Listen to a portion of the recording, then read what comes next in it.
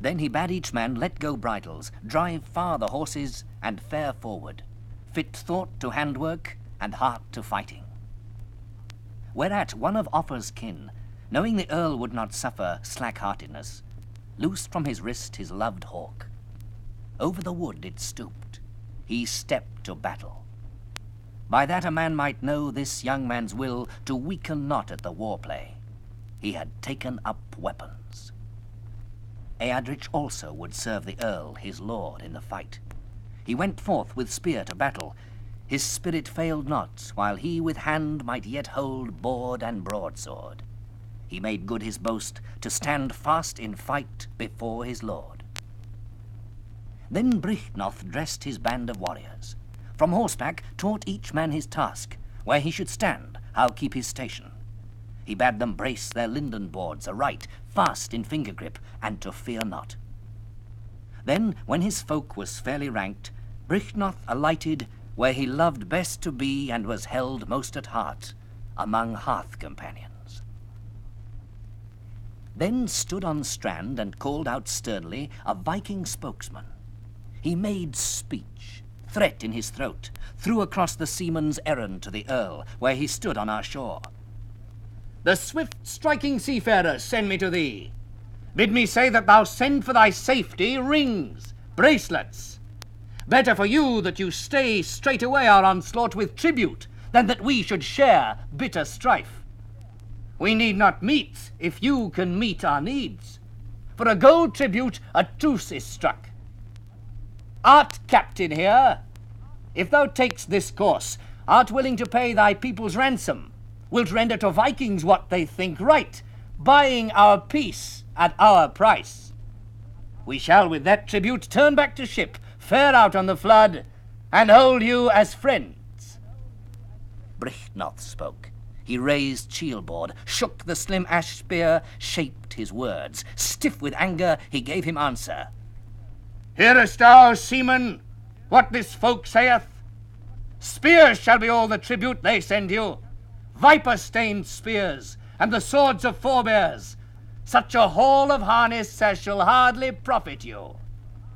Spokesman for scavengers, go speak this back again. Bear your tribe a bitterer tale, that there stands here mid his men not the meanest of earls, pledged to fight in this land's defence, the land of Athelred, my liege lord, its soil, its folk. In this fight the heathen shall fall. It would be a shame for your trouble if you should with our silver away to ship without fight offered. It is a fair step hither. You have come a long way into our land. But English silver is not so softly won. First, iron and edge shall make arbitrament, harsh war trial, ere we yield tribute. He bade his brave men bear their shields forward, until they all stood at the stream's edge, though they might not clash yet for the cleaving waters. After the ebb, the flood came flowing in, the sea's arms locked. Overlong it seemed before they might bear spear shafts in shock together. So they stood by Panta's stream in proud array, the ranks of the East Saxons and the host from the ash ships, nor might any of them harm another, save who through arrow flight fell dead. The flood went out. Eager the fleetmen stood, the crowding raiders, ravening for battle. Then the hero's helm bade hold the causeway a war-hard warrior. Wulfstan was his name, come of brave kin. It was this Ceola's son who with his Frankish spear struck down the first man there, as he so boldly stepped onto the bridge's stonework. There stood with Wulfstan staunch warriors, Alfhere and Maccus, men of spirit who would not take flight from the ford's neck, but fast defence make against the foeman, the while that they might wield their weapons. When the hated strangers saw and understood what bitter bridge warders were brought against them there, they began to plead with craft, craving leave to fare over the ford and lead across their footmen. Then the Earl was overswayed by his heart's arrogance to allow overmuch land to that loath nation. The men stood silent as Brichthelm's son called out over the cold water, "The ground is cleared for you. Come quickly to us, Gather to battle! God alone knows who shall carry the wielding of this waste ground. The war wolves waded across, mourned not for the water the Viking warrior band, came west over Pant, bearing shield boards over sheer water, and up onto land Lindenwood braced. Against their wrath there stood in readiness Brychnoth amid his band. He bade them work the war hedge with their targes, and the troop to stand fast against foe. Then neared the fight, the glory trial. The time grew on when there the fated men must fall. The war cry was raised up. Ravens wound higher, the eagle carrion eager. On earth, the cry. Out flashed file-hard point from fist. Sharp ground spears sprang forth. Bows were busy, bucklers flinched. It was a bitter battle clash. On both halves brave men fell, boys lay still. It was then that Wulfmare was wounded. War rest chose, Brychnoth's kinsman. He was beaten down, his sister's son under the swords flailing. But straight wreaking requital on the Vikings, Edward, as I heard, so struck one man, the sword arm stiff, not stinting the blow, that the fated warrior fell at his feet. Deed for which Brychnoth, when a breathing space came, spoke his thanks to his bower thane. So they stood fast, those stout-hearted warriors at the war play, watching fiercely who there with spear might first dispatch a doomed man's life. The dying fell to earth, others stood steadfast. Brychnoth stirred them, bade every man there turn mood to deeds, who would that day's doom wrest from out the Danish ranks. Brychnoth, war-hard, braced shield-board, shook out his sword, strode firmly toward his enemy, earl to churl, in either's heart harm to the other. The seaman sped his southern spear, so that it wounded the warrior's lord, who with his shield checked, so that the shaft burst, shivered the spearhead. It sprang away. Stung then to anger, he stabbed with ash point the proud sea warrior that wrought him his wound. Old in war skills, let the weapon drive through the man's throat. His thrust steered so as to reach right to the reaver's life breath. And afresh he struck him, stabbed so swiftly that the ring braid burst apart. Breast pierced through the locked hauberk, in his heart stood the embittered ash point. The earl was the blither, his brave mood laughed. Loud thanks he made for the day's work the Lord had dealt him. Flashed a dart from Danish hand, fist-driven, and flew too truly, bit the earl, Athelred's thane. There stood at his side a stripling warrior, young Wulfmare, Wulfstan's son, fresh to the field. In a flash he plucked from its place the blood-black point, flung back the filed spear. Again it flew. Home sank the steel. Stretched on the plain him who so late had pierced the prince so grievously. A mailed man then moved toward the earl, thinking to strip him of his steel harness, war dress, armbands, and ornate sword. Brychnoth broke out brand from sheath, broad, bright-bladed, and on the breastplate struck. But one of the spoilers cut short the blow, his swing unstringing the earl's sword arm. He yielded to the ground the yellow-hilted sword, strengthless to hold the hard blade longer up or wield weapon. Word more. The hoar-headed warrior, heartening his men, he bade them go forward, the good companions. Fast on his feet he might not further stand. He looked to heaven. I give thee thanks, Lord God of hosts, for I have known in this world a wealth of gladness. But now, mild Maker, I have most need that thou grant my ghost grace for this journey, so that my soul may unscathed cross into thy keeping, King of angels, pass through in peace. My prayer is this, that the hates of hell may not harm her. Then they hewed him down, the heathen churls, and with him those warriors, Wulfmare and Alfnoth, who had stood at his side. Stretched on the field, the two followers fellowed in death. Then did the lack-willed leave the battlefield. Odderskin came first away. Godrich turned, betrayed the lord who had made him a gift of many good horses. He leapt onto the harness that had been Brychnoth's, unrightfully rode in his place. And with him his brothers both ran, Godwinner and Godwy, who had no gust for fighting. They wheeled from the war to the wood's fastness, sought shelter, and saved their lives. And more went with them than were at all meet, had they called to mind the many heart claims Brychnoth had wrought them, worthying them.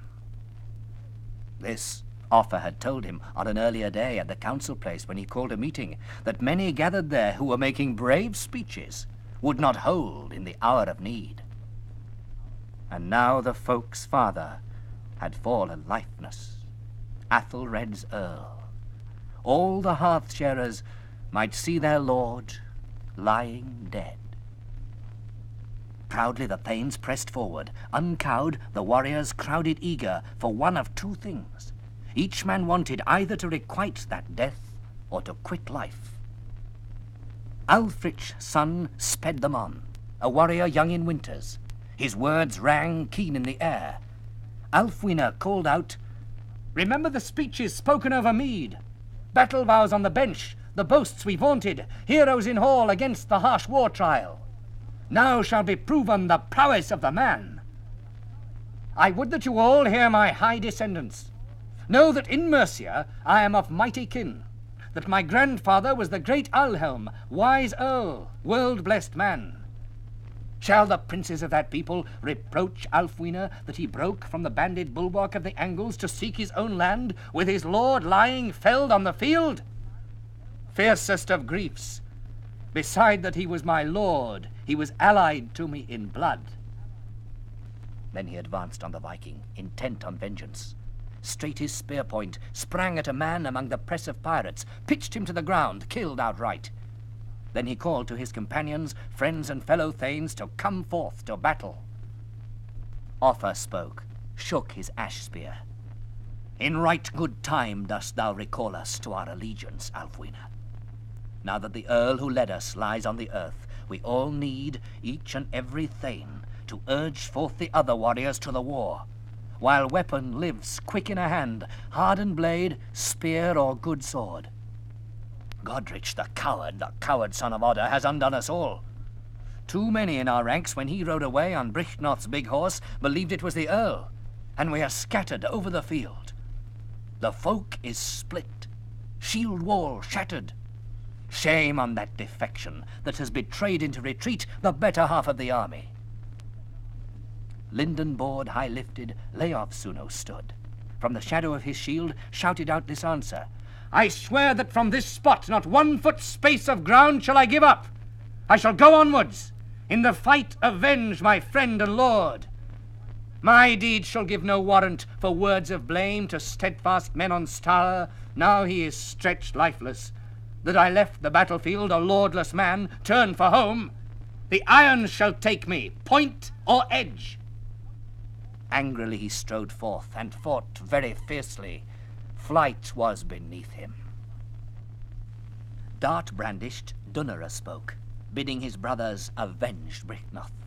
The humble churl called out over all, "A man cannot linger when his lord lies unavenged among Vikings, cannot value breath." So the household companions, careless of life, bore spears to battle and set to bitter fighting. They went out into the press, praying God that among their enemies they might so acquit themselves as to redress the death of their dear lord. The hostage lent them help willingly.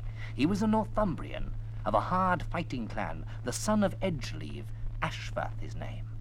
Wavered not at the war play, but while he might, shot steadily from his sheaf of arrows, striking a shield there, or shearing into a man, and every once in a while wounding wryly. At that time Long Edward still led the attack, breathing his readiness, rolling out boasts that nothing would budge him now that the best man lay, nothing force him to flee 1 foot of ground. He broke the board wall, burst in among them, wrought on the sea wreckers a revenge worthy his gold-giving lord before the ground claimed him. So did the noble Atherich, another of our company. He too fought fixedly, furious to get on, Sibert's brother. And so did many another, cleaving in halves the hollow shields. Board's border burst asunder, corslet sang its chilling song. How they beat off the blows! At the battle's turn, Offa sent a seafarer stumbling to the ground. but crippling strokes crashed down, and Gad's kinsman was grounded also. Yet Offa had made good his given word, the oath undertaken to his open-handed lord, that either they should both ride back to the Burg stockade, come home whole, or harry the Danes till life leaked from them and left them on the field. Thane-like he lay at his lord's hand. Then was a splintering of shields, the sea-wolves coming on in war-whetted anger. Again the spears burst breastlock, breached life-wall of weird singled men. Wistan went forth, that Worstan fathered, fought with the warriors where they thronged thickest. 3 he slew before the breath was out of Offa's body. It was a stark encounter, but they stood their ground. The warriors in that fight fought till wounds dragged them down. The dead fell. All the while, Eadwold and Oswald his brother cried on their kinsmen, encouraging them to stand up under the stress, strike out the hour, weaving unwavering the web of steel. Then Beertwald spoke, shook ash spear, raised shield-board. In the bravest words this hoar companion handed on the charge. Courage shall grow keener, clearer the will, the heart fiercer as our force faileth. Here our lord lies levelled in the dust, the man all marred. He shall mourn to the end who thinks to wend off from this war play now. Though I am white with winters, I will not away, for I think to lodge me alongside my dear one. Lay me down by my lord's right hand. Godrich likewise gave them all heart, Athelgar's son, sending spears, death darts, driving on the Danish ranks. Likewise he forged foremost among them, scattering blows, bowing at last. That was not the Godrich who galloped away.